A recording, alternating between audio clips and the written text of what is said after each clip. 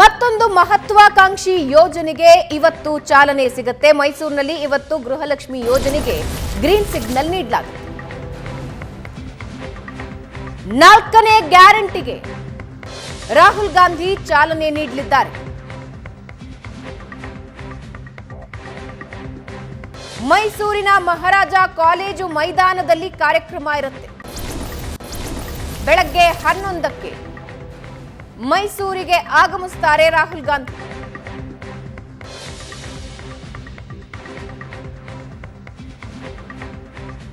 ರಾಜ್ಯದ 1,11,00,000 ಮಹಿಳೆಯರಿಗೆ 2,000 ರೂಪಾಯಿ ಅವರ ಖಾತೆಗಳಿಗೆ ಜಮೆಯಾಗುತ್ತೆ.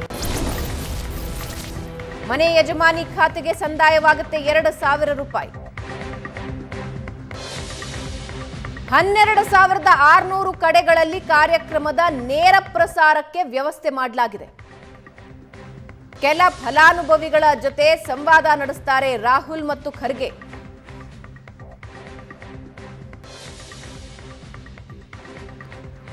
ಸಿಎಂ ಡಿಸಿಎಂ ಈಗಾಗಲೇ ಮೈಸೂರಿನಲ್ಲಿದ್ದಾರೆ. ಕಾರ್ಯಕ್ರಮದ ಸಿದ್ಧತೆ ಬಗ್ಗೆ ಈಗಾಗಲೇ ಮಾಹಿತಿ ಪಡ್ಕೊಳ್ತಾ ಇರೋದನ್ನ ನೀವು ನೋಡ್ತಾ ಇದ್ದೀರಾ. ಸ್ವತಃ ಡಿಕೆ ಶಿವಕುಮಾರ್, ಲಕ್ಷ್ಮೀ ಹೆಬ್ಬಾಳ್ಕರ್, ಸಿಎಂ ಸಿದ್ದರಾಮಯ್ಯ ಅವರು ಎಲ್ಲರೂ ಕಾರ್ಯಕ್ರಮದ ಸಿದ್ಧತೆಯಲ್ಲಿ ತೊಡಗಿರೋದನ್ನ ನೀವು ನೋಡ್ತಾ ಇದ್ದೀರಾ.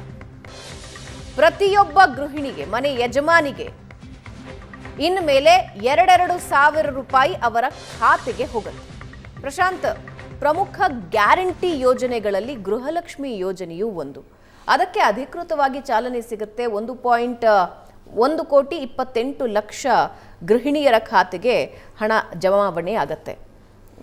ಯೋಜನೆಗಳು ಮತ್ತು ಲೋಕಸಭೆ ಎಲೆಕ್ಷನ್ ಮುಂದೆ ಬರ್ತಾ ಇದೆ. 4ನೇ ಯೋಜನೆಯ ಅನುಷ್ಠಾನ ಈಗ ಭಾವನಾ, ಸರ್ಕಾರದ ಅಂಕಿಅಂಶಗಳು ಹೇಳುವ ಪ್ರಕಾರ 1,28,00,000 BPL ಫಲಾನುಭವಿಗಳು ಅಂದರೆ ಫ್ಯಾಮಿಲೀಸ್ಗಳು ಕರ್ನಾಟಕದಲ್ಲಿವೆ. ಅದರಲ್ಲಿ ಹೆಚ್ಚು ಕಡಿಮೆ 1,11,00,000 ಮಹಿಳೆಯರ, ಅಂದರೆ ಒಂದು ಕುಟುಂಬದಿಂದ ಒಂದು ಮಹಿಳೆ ಅಂತಕ್ಕಂಥದ್ದು ಲೆಕ್ಕ ಹಾಕಿದರು. 1,11,00,000 ಮಹಿಳೆಯರು ಗೃಹಲಕ್ಷ್ಮಿ ಯೋಜನೆಗೆ ನೋಂದಣಿಯನ್ನು ಮಾಡಿಸ್ಕೊಂಡಿದ್ದಾರೆ. ಉಳಿದ 17-18 ಲಕ್ಷ ಸ್ವಲ್ಪ KYC ಬೇರೆ ಬೇರೆ ಕಾರಣದಿಂದ ಸಮಸ್ಯೆಗಳಿವೆ. ಅಂದರೆ ಮೂಲ ಆಧಾರ್ ಕಾರ್ಡ್ ಇರ್ಬೋದು, ಬೇರೆ ಬೇರೆ ಕಾರ್ಡ್ಗಳಲ್ಲಿ KYC ಸಮಸ್ಯೆಯಿಂದಾಗಿ ಅವರ ನೋಂದಣಿ ಸಾಧ್ಯ ಆಗಿಲ್ಲ. 1,11,00,000 ಜನರಿಗೆ ಇವತ್ತು ಮೈಸೂರಿನ ಕಾರ್ಯಕ್ರಮದ ನಂತರ ಡೈರೆಕ್ಟ್ ಬೆನಿಫಿಟ್ ಟ್ರಾನ್ಸ್ಫರ್ ಆಗುತ್ತೆ. ಅವರವ್ರ ಅಕೌಂಟ್ಗೆ 2,000 ರೂಪಾಯಿ ಕೊಡ್ತಕ್ಕಂಥ ಒಂದು ಮಹತ್ವಾಕಾಂಕ್ಷಿ ಯೋಜನೆ. ನನಗನ್ಸುತ್ತೆ ಕಾಂಗ್ರೆಸ್ ಸರ್ಕಾರದ ಯಶಸ್ಸು ಮತ್ತು ವೈಫಲ್ಯ ಈ ಗ್ಯಾರಂಟಿ ಯೋಜನೆಯ ಅನುಷ್ಠಾನದಲ್ಲಿದೆ ಅಂತಕ್ಕಂಥದ್ದು ಕಾಂಗ್ರೆಸ್ ನಾಯಕರಿಗೆ ಅನ್ನಿಸ್ತಾ ಇದೆ. ಹೀಗಾಗಿ ಲೋಕಸಭಾ ಚುನಾವಣೆಗಿಂತ ಮುಂಚೆ ಎಲ್ಲ ಯೋಜನೆಗಳನ್ನು ಯಶಸ್ವಿಯಾಗಿ ಜಾರಿಗೊಳಿಸಬೇಕು ಅಂತಕ್ಕಂಥ ಪ್ರಯತ್ನ. ಬೆಳಗಾವಿನಲ್ಲಿ ಕಾರ್ಯಕ್ರಮ ಮಾಡಬೇಕು ಅಂತಕ್ಕಂಥದ್ದು ಲಕ್ಷ್ಮೀ ಹೆಬ್ಬಾಳ್ಕರ್ ನಿರ್ಧಾರ ಮಾಡಿದರು. ಆದರೆ ಸಿದ್ದರಾಮಯ್ಯನವರು ಹೇಳಿದರು ಇಲ್ಲ, ಮೈಸೂರಿನಲ್ಲಿ ಮಾಡೋಣ. ಮೈಸೂರಿನ ಲೋಕಸಭಾ ಚುನಾವಣೆಯ ದೃಷ್ಟಿಯಿಂದ ಇದು ಒಂದು ದೊಡ್ಡ ಕಾರ್ಯಕ್ರಮ ಅಂತಕ್ಕಂಥದ್ದು ಕೂಡ ಸಿದ್ದರಾಮಯ್ಯನವರು ಈ ಕಾರ್ಯಕ್ರಮವನ್ನು ಮೈಸೂರಿಗೆ ಒಯ್ದಿದ್ದಾರೆ. ಕಳೆದ 2-3 ದಿನಗಳಿಂದ ಸಿದ್ದರಾಮಯ್ಯ ಮತ್ತು ಡಿ ಕೆ ಶಿವಕುಮಾರ್ ಇಬ್ಬರು ಕೂಡ ಮೈಸೂರಿನಲ್ಲೇ ಇದ್ದಾರೆ. ನಿನ್ನೆ ನಾಡದೇವತೆ ತಾಯಿ ಚಾಮುಂಡಿ ದೇವಿಗೆ ಮೊದಲ ಒಂದು ಗೃಹಲಕ್ಷ್ಮಿಯ ಮೊದಲ ಫಲಾನುಭವಿ ಅನ್ನುವ ರೀತಿಯಲ್ಲಿ 2,000 ರೂಪಾಯಿಯನ್ನು ಕೊಟ್ಟು ಮುಖ್ಯಮಂತ್ರಿಗಳು ಉಪಮುಖ್ಯಮಂತ್ರಿಗಳು ಆ ಒಂದು ಕಾರ್ಯಕ್ರಮವನ್ನು ಕೂಡ ನಡೆಸಿದರು. ಇವತ್ತು ರಾಹುಲ್ ಗಾಂಧಿ ಮತ್ತು ಮಲ್ಲಿಕಾರ್ಜುನ್ ಖರ್ಗೆ ಕೂಡ ಆ ಒಂದು ಕಾರ್ಯಕ್ರಮದಲ್ಲಿ ಇರ್ತಾರೆ. ನೋಡಿ, ನಿಶ್ಚಿತವಾಗಿ 5 ಗ್ಯಾರಂಟಿಗಳನ್ನು ಏನು ಕಾಂಗ್ರೆಸ್ ಘೋಷಿಸಿತ್ತು ಚುನಾವಣೆಗೆ ಮುಂಚೆ, ಅದರಲ್ಲಿ 4ನೇ ಗ್ಯಾರಂಟಿಗೆ ಚಾಲನೆಯನ್ನು ಕೊಡಲಾಗಿದೆ. ಮೊದಲ ಗ್ಯಾರಂಟಿ ಶಕ್ತಿ, ಮಹಿಳೆಯರಿಗೆ ಉಚಿತ ಬಸ್ ಪ್ರಯಾಣ, ಅದು ದೊಡ್ಡ ಮಟ್ಟದಲ್ಲಿ ಸಕ್ಸಸ್ ಆಯಿತು. ನೋಡಿ, 2ನೇ ಯೋಜನೆ ಗೃಹ ಜ್ಯೋತಿ, ವಿದ್ಯುತ್ತಿಗೆ ಸಂಬಂಧಪಟ್ಟಿರ್ತಕ್ಕಂಥ ಬಿಲ್ಗಳು ಈ ತಿಂಗಳಿಂದ 0 ಬಿಲ್ಗಳು ಅನೇಕ ಮನೆಗಳಲ್ಲಿ ಬರ್ತಾ ಇವೆ, ಕೆಲವರಿಗಿನ್ನೂ ಬರೋದು ಬಾಕಿ ಇದೆ. ಯುವ ನಿಧಿ ಮತ್ತು ಈಗ ಗೃಹ ಜ್ಯೋತಿ, ಈ 4 ಯೋಜನೆಗಳು ಜಾರಿಗೊಳ್ತಾ ಇವೆ. ಒಂದು ನನಗನ್ಸುತ್ತೆ ಯಶಸ್ಸು ಬರೀ ಯೋಜನೆ ಜಾರಿಗೊಳಿಸೋದ್ರ ಮೇಲಿಲ್ಲ, ಇದರ ಅನುಷ್ಠಾನ ಹೇಗಾಗತ್ತೆ, ಅದರ ಫೈನಾನ್ಷಿಯಲ್ ಇಂಪ್ಲಿಕೇಶನ್ಸ್ ಏನು, ಜನರಿಗೆ ಇದು ಹೇಗೆ ತಲುಪ್ತಾ ಇದೆ, ಇವೆಲ್ಲವೂ ಕೂಡ ಅದರ ಅನುಷ್ಠಾನ ಬಹಳ ಮುಖ್ಯ ಆಗಿದೆ. ಯೋಜನೆ ಘೋಷಣೆ ಆಗಿತ್ತು, ಈಗ ಅದನ್ನು ಉದ್ಘಾಟನೆ ಮಾಡಲಾಗ್ತಾ ಇದೆ. ಅಂದರೆ ಅಂತಿಮವಾಗಿ ಇದರ ಫೈನಾನ್ಷಿಯಲ್ ಇಂಪ್ಲಿಕೇಶನ್ ಏನು ಅನ್ನೋದು ಗ್ಯಾರಂಟಿ ಯೋಜನೆಯ ಪ್ರಮುಖವಾಗಿರ್ತಕ್ಕಂಥ ಒಂದು ಫ್ಯೂಚರ್ ಅಂತ ಅನಿಸುತ್ತೆ. ಯಾಕಂದರೆ ಈಗಾಗಲೇ ಸಿದ್ದರಾಮಯ್ಯನವರು ಹೇಳ್ತಾ ಇದ್ದಾರೆ, ಇಲ್ಲ ನಾವು 1 ವರ್ಷ ನೀವು ಅಭಿವೃದ್ಧಿಗಳಿಗೆ ಹಣ ಕೇಳಬೇಡಿ ಅಂತಕ್ಕಂಥದ್ದನ್ನು ಶಾಸಕರಿಗೆ ಕೇಳ್ತಾ ಇದ್ದಾರೆ. ಇದರದೇ ಫೈನಾನ್ಷಿಯಲ್ 32,000 ಕೋಟಿ ರೂಪಾಯಿ ಪ್ರತಿ ವರ್ಷಕ್ಕೆ ಬೇಕು ಈ ಗೃಹ ಲಕ್ಷ್ಮಿ ಯೋಜನೆ. ಪ್ರಮುಖವಾಗಿ ಸಿಲಿಂಡರ್ ಬೆಲೆ ಏನು ಏರಿಕೆಯಾಗಿತ್ತು ಅದನ್ನು ಆ ರೀತಿಯಾಗಿರ್ತಕ್ಕಂಥ ಸಂದರ್ಭದಲ್ಲಿ ಮಹಿಳೆಯರಿಗೆ ಸಹಾಯ ಮಾಡಬೇಕು ಅನ್ನುವ ಕಾರಣಕ್ಕೋಸ್ಕರ ಈ ಯೋಜನೆ ಜಾರಿಗೊಳಿಸಲಾಗಿದೆ. ಅಂದರೆ ಬೆಲೆ ಏರಿಕೆ ಸಂದರ್ಭದಲ್ಲಿ ಮಹಿಳೆಯರಿಗೆ ನೇರವಾಗಿ ಹಣ ಕೊಟ್ಟರೆ ಅಷ್ಟರ ಮಟ್ಟಿಗೆ ಕುಟುಂಬವನ್ನು ನಡೆಸಲಿಕ್ಕೆ ಸಹಾಯ ಆಗಬಹುದು ಅನ್ನುವ ದೃಷ್ಟಿಕೋನದಿಂದ. ಆದರೆ ಎಷ್ಟು ದಿನಗಳವರೆಗೆ ಕೊಡಬಹುದು? Correct, that is the biggest question. ಎಷ್ಟು ದಿನಗಳವರೆಗೆ ಈ ಹಣವನ್ನು ಕೊಡಬಹುದು ಅಂತಕ್ಕಂಥದ್ದು ಇದು ಸವಾಲು. ನಿಭಾಯಿಸ್ಲಿಕ್ಕೆ ಸಾಧ್ಯ ಇಲ್ವಾ? ನಿಭಾಯಿಸ್ಲಿಕ್ಕೆ ಸಾಧ್ಯ ಇದೆ. ಆದರೆ ಇದರ ಫೈನಾನ್ಷಿಯಲ್ ಇಂಪ್ಲಿಕೇಶನ್ಸ್ ಏನು, ಹಣ ಎಲ್ಲಿಂದ ತರ್ತಾರೆ, ಮುಂದಿನ 5 ವರ್ಷಗಳ ಕಾಲ ಯೋಜನೆ ಅನುಷ್ಠಾನಗೊಳಿಸಬೇಕು, ಈ ಯೋಜನೆ ಚಾಲ್ತಿಯಲ್ಲಿರಬೇಕು, ತದನಂತರವೂ ಕೂಡ ಒಂದು ವೇಳೆ ಇವು ಸಕ್ಸಸ್ ಆದರೆ ಜನರು ಮತ್ತೆ ಇನ್ನೊಂದಿಷ್ಟು ದಿನಗಳ ಕಾಲ ಈ ಯೋಜನೆ ಜಾರಿಗೊಳಿಸ್ಲಿಕ್ಕೆ ಕೇಳ್ತಾರೆ. ಆ ದೃಷ್ಟಿಯಿಂದ ನನಗನ್ಸುತ್ತೆ ಯೋಜನೆಯ ಉದ್ಘಾಟನೆ ಒಂದು ಭಾಗ, ಬಟ್ ಅದರ ಫೈನಾನ್ಷಿಯಲ್ ಇಂಪ್ಲಿಕೇಶನ್ಸನ್ನು ಸರ್ಕಾರ ಹೇಗೆ ನಿಭಾಯಿಸುತ್ತೆ. ಇತ್ತೀಚಿನ ದಿನಗಳಲ್ಲಿ ನಾವು ಕೇಳ್ತಾ ಇದ್ದೀವಿ, ಶಾಸಕರ ಸಭೆಗಳಲ್ಲಿ ಮುಖ್ಯಮಂತ್ರಿಗಳು ಹೇಳ್ತಾರೆ, ಇಲ್ಲ ದುಡ್ಡಿಲ್ಲ, ನಾವು ದುಡ್ಡು ಕೊಡ್ಲಿಕ್ಕೆ ಸಾಧ್ಯ ಇಲ್ಲ ಅಂತಕ್ಕಂಥದ್ದನ್ನು. 3 ತಿಂಗಳಲ್ಲೇ ಶಾಸಕರು ಇದ್ರ ಬಗ್ಗೆ ಅಸಮಾಧಾನಗೊಂಡಿದ್ದರು.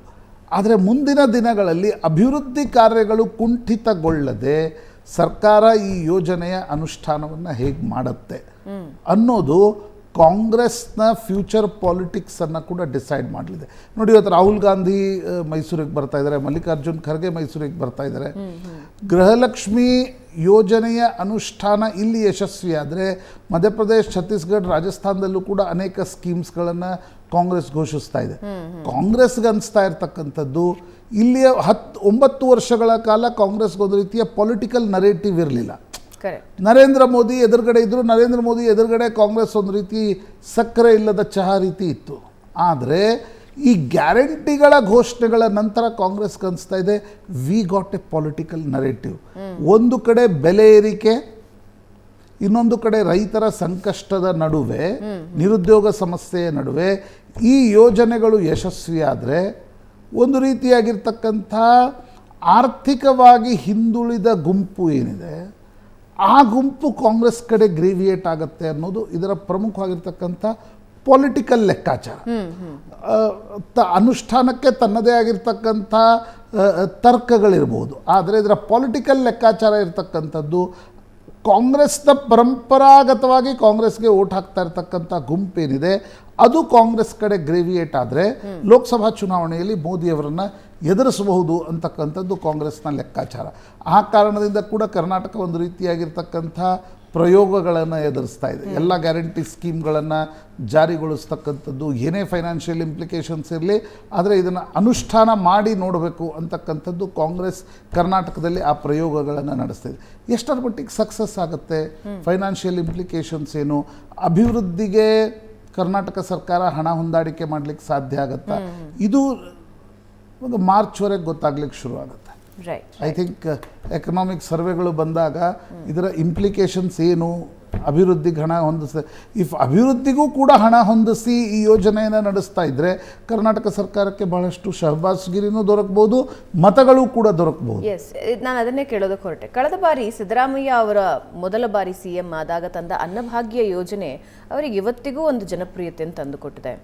ಬಿಜೆಪಿ ಸರ್ಕಾರದ ಸಂದರ್ಭದಲ್ಲಿ ಯಾರನ್ನ ಹೋಗಿ ಕೇಳಿದ್ರು ಕೂಡ ಅನ್ನಭಾಗ್ಯ ಯೋಜನೆಯ ಬಗ್ಗೆ ಮಾತನಾಡಿದ್ರು, ಸಿದ್ದರಾಮಯ್ಯ ಅವರ ಅನ್ನಭಾಗ್ಯ ಯೋಜನೆಯ ಬಗ್ಗೆ ಮಾತಾಡಿದ್ರು. ಒಂದು ವೇಳೆ ಸರಿಯಾದ ರೀತಿಯಲ್ಲಿ ಒಂದು ಕಡೆ ಅಭಿವೃದ್ಧಿ ಮತ್ತು ಒಂದು ಕಡೆ ಗ್ಯಾರಂಟಿಗಳ ಯೋಜನೆಯನ್ನು ಜಾರಿ ತರೋದ್ರಲ್ಲಿ, ಅನುಷ್ಠಾನಕ್ಕೆ ತರೋದ್ರಲ್ಲಿ ಯಶಸ್ವಿ ಆದರೆ ಕಾಂಗ್ರೆಸ್ ಸರ್ಕಾರ, ಅದು ಐ ಥಿಂಕ್ ಒಂದು ಅತಿ ದೊಡ್ಡ ಜನಪ್ರಿಯತೆಯಾಗಿ ಪರಿವರ್ತನೆ ಆಗುತ್ತೆ ಅನ್ಸುತ್ತೆ. ನಾನು ನಿಶ್ಚಿತವಾಗಿ ಒಂದು ವೇಳೆ ಈ ಯೋಜನೆ ಜಾರಿ ಅನುಷ್ಠಾನ ಯಶಸ್ವಿ ಆದರೆ ತಲುಪುವವರಿಗೆ ನೇರವಾಗಿ ತಲುಪಿ ಒಂದು ರೀತಿಯಾಗಿರ್ತಕ್ಕಂಥ ಸಹಾಯ ಮಾಡೋದಾದರೆ, ಅದರ ಜೊತೆಗೆ ಅಭಿವೃದ್ಧಿಗೂ ಕೂಡ ಹಣ ಹೊಂದಾಣಿಕೆ ಮಾಡೋದಾದರೆ ಈ ಯೋಜನೆಗಳು ಯಶಸ್ವಿ ಆಗ್ತಕ್ಕಂಥ ಸಾಧ್ಯತೆಗಳು ಜಾಸ್ತಿ ಇರ್ತವೆ. ನೋಡಿ, ಇತ್ತೀಚಿನ ದಿನಗಳಲ್ಲಿ ಪಾಲಿಟಿಕ್ಸನ್ನು ನೋಡಿದ್ರೆ ನೋಡಿ, 2013ರಿಂದ 2018 ಸಿದ್ದರಾಮಯ್ಯನವರ ಅನ್ನಭಾಗ್ಯದ ಜೊತೆಗೆ ಅನೇಕ ಭಾಗ್ಯದ ಯೋಜನೆಗಳಂತಂದರು. But when it comes to election he lost it. Correct. ಕಾರಣ ಏನು? ನನಗನ್ಸುವ ಕಾರಣ ನೀವು ಯಾವುದೇ ನಿಮ್ಮ ಸ್ಟ್ರೆಂತ್ನ ಜೊತೆಗೆ ಅಭಿವೃದ್ಧಿ ಕೆಲಸವನ್ನು ಮಾಡ್ತೀರಾ ಅನ್ನೋದು ಮುಖ್ಯ ಆಗುತ್ತೆ. ಈಗ ನೀವು ಸೆಕ್ಯುಲರಿಸಮನ್ನು ಗಟ್ಟಿಯಾಗಿ ಹೇಳ್ತೀರಿ, ಸೋಷಿಯಲಿಸಮನ್ನು ಗಟ್ಟಿಯಾಗಿ ಹೇಳ್ತೀರಿ.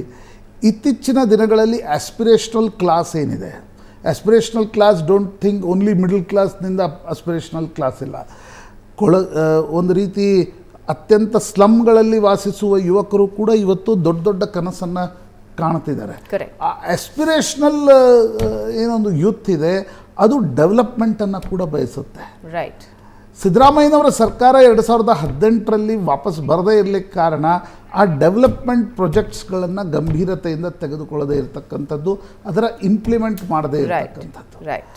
ಇನ್ನೊಂದು ಕಡೆ 2023ರ ಚುನಾವಣೆಯನ್ನು ನೀವು ತೆಗೆದುಕೊಂಡ್ರೆ BJP ಹಿಂದುತ್ವದ ವಿಚಾರಗಳನ್ನು ಪದೇ ಪ್ರಸ್ತಾಪಿಸ್ತಾ ಇತ್ತು. ಆದರೆ ಅಭಿವೃದ್ಧಿ ಕೆಲಸ ಏನು ಮಾಡಿದಿರಿ ಅಂತಕ್ಕಂಥದ್ದನ್ನು ಕೇಳಿದಾಗ ಉತ್ತರ ಇರಲಿಲ್ಲ. ಅರ್ಥ ಸ್ಪಷ್ಟ ಭಾವನಾ. ನೀವು ಯಾವುದೇ ಯೋಜನೆಗಳನ್ನು ತನ್ನಿ, ಅದರ ಜೊತೆಗೆ ಅಥವಾ ಯಾವುದೇ ರೀತಿಯಾಗಿರ್ತಕ್ಕಂಥ ಐಡಿಯಾಲಜಿಕಲ್ ಸ್ಟ್ಯಾಂಡನ್ನು ತೆಗೆದುಕೊಳ್ಳಿ, ಅದರ ಜೊತೆಗೆ if you don't couple development you don't get anything politically ಅಂತಕ್ಕಂಥದ್ದು ನನ್ನ ಒಂದು ಅಂಡರ್ಸ್ಟ್ಯಾಂಡಿಂಗ್. ಆ ಕಾರಣದಿಂದ ನನಗನ್ಸುತ್ತೆ ಈ ಗ್ಯಾರಂಟಿ ಯೋಜನೆಗಳು ಫೈನ್, ಗ್ಯಾರಂಟಿ ಯೋಜನೆಗಳು ಕಾಂಗ್ರೆಸ್ ಘೋಷಿಸಿದೆ. ಆದರೆ ಅದರ ಜೊತೆಗೆ ಅಭಿವೃದ್ಧಿ ಕುಂಠಿತವಾಗದ ರೀತಿಯಲ್ಲಿ ನೋಡಿಕೊಂಡ್ರೆ ಆಗ ಇದರ ಪೊಲಿಟಿಕಲ್ ಸಕ್ಸಸ್ ನಿರ್ಭರ ಆಗತ್ತೆ ಅಂತ. ಎರಡೂ ಬ್ಯಾಲೆನ್ಸ್ ಆಗಬೇಕಾಗತ್ತೆ. ಒಂದು ಅಭಿವೃದ್ಧಿಯೂ ಬ್ಯಾಲೆನ್ಸ್ ಆಗಬೇಕಾಗತ್ತೆ, ಮತ್ತೊಂದು ಕಡೆ ಗ್ಯಾರಂಟಿ ಯೋಜನೆಯೂ ಬ್ಯಾಲೆನ್ಸ್ ಆಗಬೇಕಾಗತ್ತೆ. ಭಾರತದಂಥ ದೇಶದಲ್ಲಿ ನೀವು ಒಂದೋ ಪೂರ್ತಿ ಕ್ಯಾಪಿಟಲಿಸಮ್ ಮಾಡ್ತೀವಿ, ಒಂದೋ ಪೂರ್ತಿ ಸೋಷಿಯಲಿಸಮ್ ಮಾಡ್ತೀವಿ, ಇಟ್ ವಿಲ್ ನಾಟ್ ವರ್ಕ್.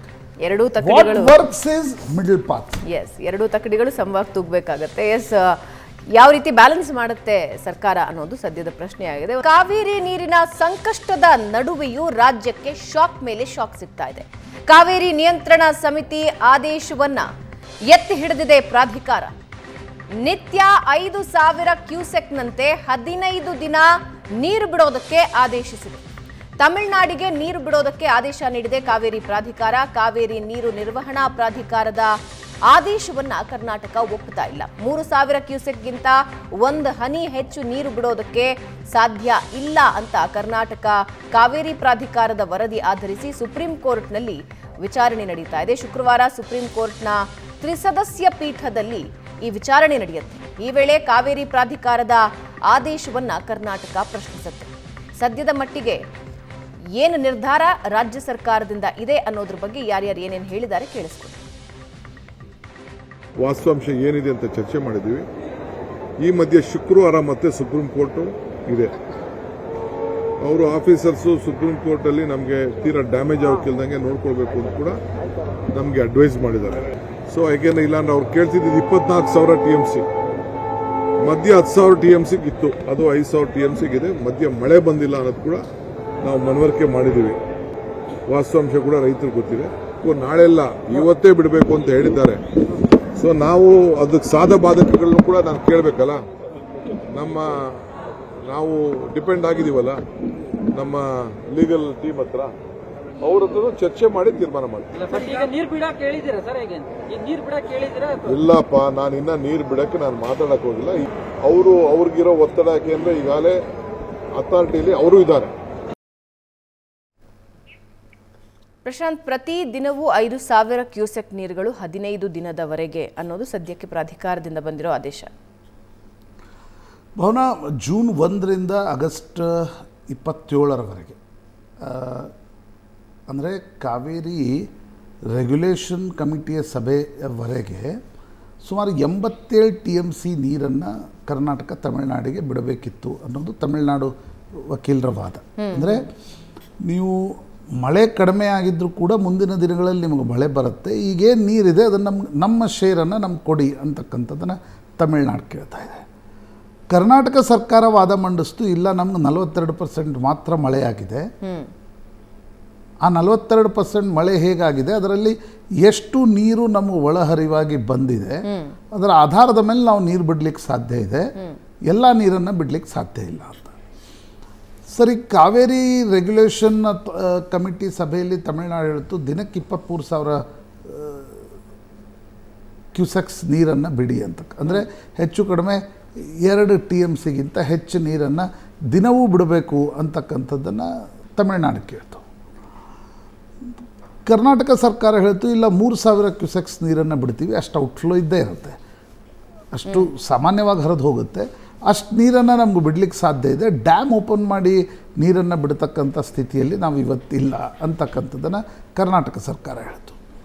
ನಿನ್ನೆ ಕಾವೇರಿ ನಿರ್ವಹಣಾ ಪ್ರಾಧಿಕಾರದ ಸಭೆಯಲ್ಲಿ ಕೂಡ ರೆಗ್ಯುಲೇಷನ್ ಕಮಿಟಿ ಏನು 5000 ಕ್ಯೂಸೆಕ್ಸ್ ನೀರಿತ್ತು ಅದನ್ನು ಕರ್ನಾಟಕ ಬಿಡಬೇಕು ಅಂತಕ್ಕಂಥದ್ದನ್ನು ಹೇಳಿದೆ. ನಿನ್ನೆ ತಮಿಳುನಾಡು ಸ್ವಲ್ಪ ಕ್ಲೈಮ್ ಡೌನ್ ಆಗಿತ್ತು, 23,000 ಕ್ಯೂಸೆಕ್ಸ್ನಿಂದ 15,000 ಕ್ಯೂಸೆಕ್ಸು, 15,000 ಕ್ಯೂಸೆಕ್ಸ್ನಿಂದ ಈಗ 7,000 ಕ್ಯೂಸೆಕ್ಸ್ ನೀರನ್ನಾದರೂ ಬಿಡಿ ಅಂತಕ್ಕಂಥದ್ದನ್ನು ತಮಿಳುನಾಡು ಕೇಳ್ತಾ ಇದೆ.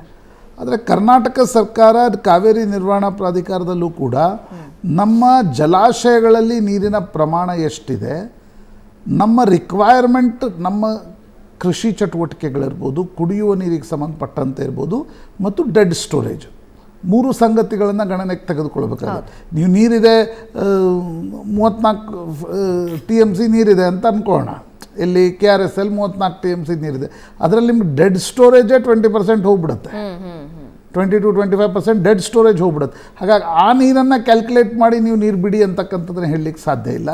ಕುಡಿಯುವ ನೀರಿದೆ, ಜಾನುವಾರುಗಳಿವೆ, ಮುಂದಿನ ಏಪ್ರಿಲ್ ಮೇವರೆಗೆ ನಾವು ಆ ನೀರನ್ನು ಬಳಸ್ಕೊಳ್ಬೇಕು. ಹೀಗಾಗಿ ಕರ್ನಾಟಕ ಸರ್ಕಾರ ಕಾವೇರಿ ನಿರ್ವಹಣಾ ಪ್ರಾಧಿಕಾರದಲ್ಲೂ ಕೂಡ ಇದನ್ನೇ ಹೇಳ್ತು, ನಮ್ಗೆ 5000 ಕ್ಯೂಸೆಕ್ಸ್ ನೀರನ್ನು ಬಿಡಲಿಕ್ಕೆ ಸಾಧ್ಯ ಆಗಲ್ಲ, ನೀವು ಒಂದು ಡಿಸ್ಟ್ರೆಸ್ ಫಾರ್ಮುಲಾ ಪ್ರಕಾರ ನಾವು ನೀರನ್ನು ಬಿಡಲಿಕ್ಕೆ ಸಾಧ್ಯ ಇದೆ. ಡಿಸ್ಟ್ರೆಸ್ ಫಾರ್ಮುಲಾ ಹೇಳುತ್ತೆ ನೀರಿನ ಪ್ರಮಾಣ, ಅಂದರೆ ನ್ಯಾಚುರಲ್ ಡಿಸ್ಟ್ರೆಸ್ ಫಾರ್ಮುಲಾ ಏನು, ನೀರು ಪ್ರಮಾಣ ಎಷ್ಟು ಕಡಿಮೆ ಆಗಿದೆ ಅಷ್ಟು ನೀವು ತಮಿಳುನಾಡಿನ ಬೇಡಿಕೆಯನ್ನು ಕಡಿಮೆ ಮಾಡಬೇಕು, ನೀರು ಬಿಡಿ ಅಂತಕ್ಕಂಥದ್ದನ್ನು ಹೇಳಬೇಕು. ಜಲಾಶಯಗಳಲ್ಲಿ ಎಷ್ಟು ನೀರಿದೆ ಅದನ್ನು ನೋಡ್ಕೊಂಡು ಹೇಳಬೇಕಾಗತ್ತೆ. ಹೀಗಾಗಿ ಕಾವೇರಿ ನಿರ್ವಹಣಾ ಪ್ರಾಧಿಕಾರ ಕೂಡ ಇಲ್ಲ 5000 ಕ್ಯೂಸೆಕ್ಸ್ ನೀರನ್ನು ಬಿಡಬೇಕು ಅಂತಕ್ಕಂಥದ್ದನ್ನು ಹೇಳಿದೆ.